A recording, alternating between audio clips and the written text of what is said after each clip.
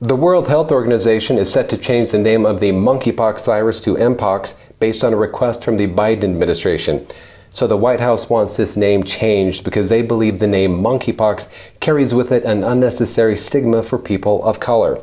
Now, I'm sure that belief of the White House is not at all racist, even though it really sounds like it is. President Biden was somewhat satisfied with this new name from the WHO. However, instead of MPOX, he would have preferred his first suggestion, which was the MAGA Republican virus.